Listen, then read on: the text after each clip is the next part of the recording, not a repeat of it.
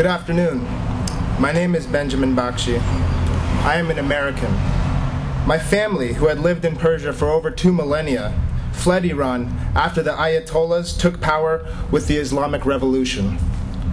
Allow me to quote for you in Persian one of President Mahmoud Ahmadinejad's speeches concerning Israel. درخت کشکیده و پوسیده است که با یک طوفان در هم خواهد شکست.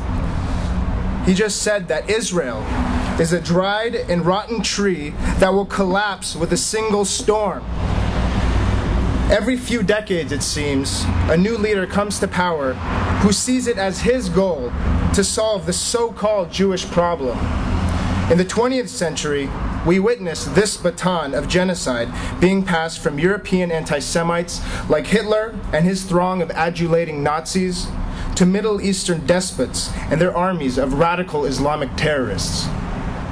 Hitler put into motion a final solution to this Jewish question, a complex murder machine utilizing the best industrial techniques to herd and slaughter all the Jews he could get his hands on. Of course, Ahmadinejad denies history and ignores the present.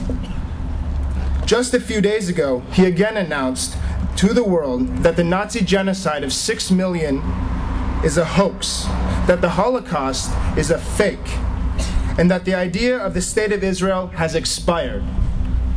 Today, the Islamic Republic of Iran and its current president, Ahmadinejad, are actively pursuing the most modern atomic technologies to cast the single storm that will wipe the nation of Israel and its Jewish population off the face of this green earth. While he denies the Holocaust of 65 years ago, he's hoping to create a new Holocaust for the 21st century. Let me tell you about my own family story. The situation of the Jews in Iran during the Islamic Revolution was very difficult. At the beginning of the revolution, Jews could get out of Iran with relative ease. The systems to prevent them from leaving were not set up yet. The government tried to close the borders so that Jews and other people like communists and other types of dissidents could not leave by airplane. It was during this period of chaos that my family was able to get out. But then the Ayatollahs consolidated their power and things got very difficult. My aunt told me of those days. She wore a hijab after 1979, the traditional headscarf that was enforced by the Islamic Republic. She was arrested because her scarf was too colorful. She heard from a friend who went to a house party. It was raided by the new morality police. Men and women were arrested because they drank alcohol and they were at a party with both men and women. Pregnant women, along with everybody else, were taken away and put in jail. Everybody was punished by lashing and a prison sentence. They received up to 70 lashes by belts, whips, and hoses. And some, and most likely all of the women who were pregnant, lost their unborn babies from these punishments. And as with the Nazis, it did not end with the Jews. Baha'is, women, gay, lesbians, transgender people are all prosecuted today in Iran. They are imprisoned, tortured, and often executed. Iran's legal code accords more rights to men than to women. For instance, the value of a woman's life is 50% that of a man. The testimony of a male witness is equivalent to that of 2 female witnesses.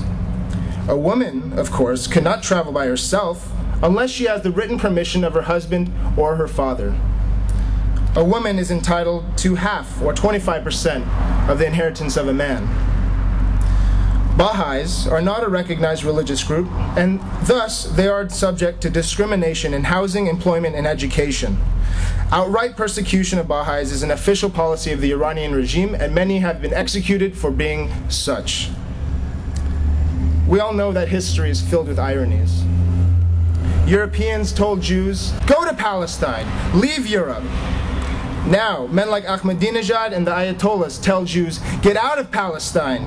As the son of a family that left this regime's intolerance and persecution, while I see this ridiculous irony, I also find nothing humorous about any of this. In fact, I am positively frightened at the indifference many today have toward this man's bottomless hatred. Martin Niemöller was an anti-Nazi German Lutheran pastor. I think his famous words ring true today as they did nearly 70 years ago. In Germany, they first came for the communists, and I didn't speak up because I wasn't a communist. Then they came for the Jews, and I didn't speak up because I wasn't a Jew. Then they came for the Catholics, and I didn't speak up because I was a Protestant. Then they came for me, and by that time, nobody else was left to help. Iran is not just a Jewish issue. Iran, with its current leadership, is a threat to everyone. Let Pastor Niemöller's words echo in our ears, and let us all stand up against everything Ahmadinejad stands for.